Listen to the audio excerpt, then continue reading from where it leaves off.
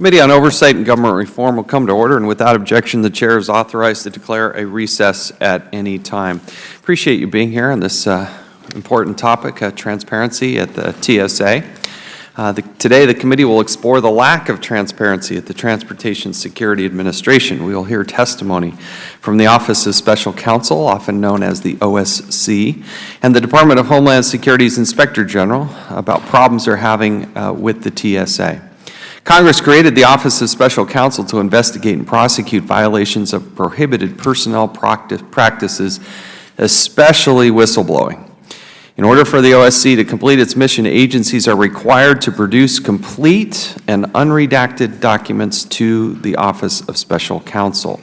Unfortunately, the TSA is not fulfilling their legal obligation to produce documents, frustrating OSC's investigative efforts.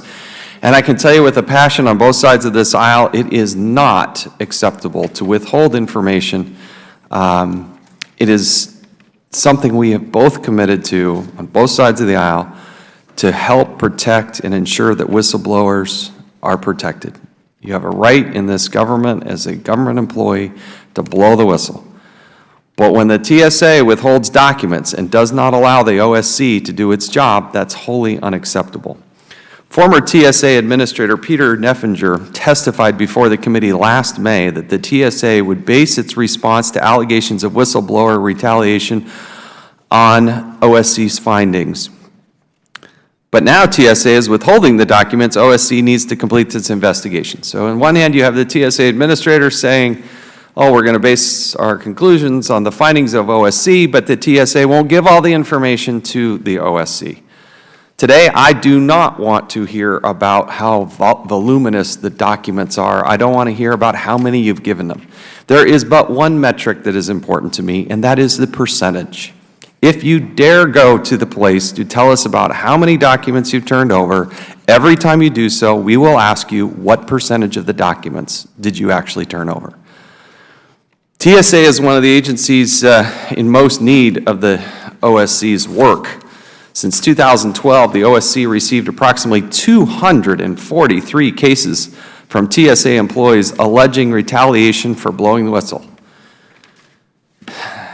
A lot happens, very few blow the whistle, but when they blow the whistle, to have 243 people say that there was retaliation is a number that is a flashing red light and scares us. The committee is constantly hearing how complaints from TSA employees about how the agency is a hostile work environment for whistleblowers. It has been almost a year since our last hearing on the mismanagement at the agency. It's disheartening that we find ourselves here again. It's frustrating and it shouldn't happen.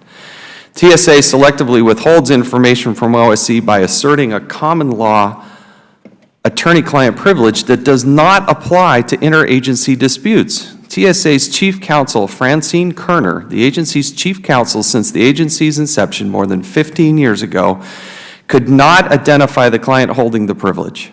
When pressed, Kerner informed the staff that, quote, TSA has no legal obligation to turn over documents to the OSC, end quote. Kerner's inability as chief counsel to articulate who she represents and her withholding of information shows a fundamental misunderstanding and antagonism towards the OSC's function.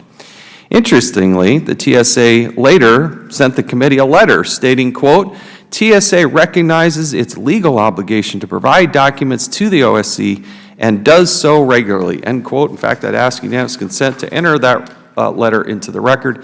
It was sent to us on March 4th without objection, so ordered. It was sent to us March 1st, 2017. It's not about doing it regularly, it's about doing it always. And that is something that drives us here today.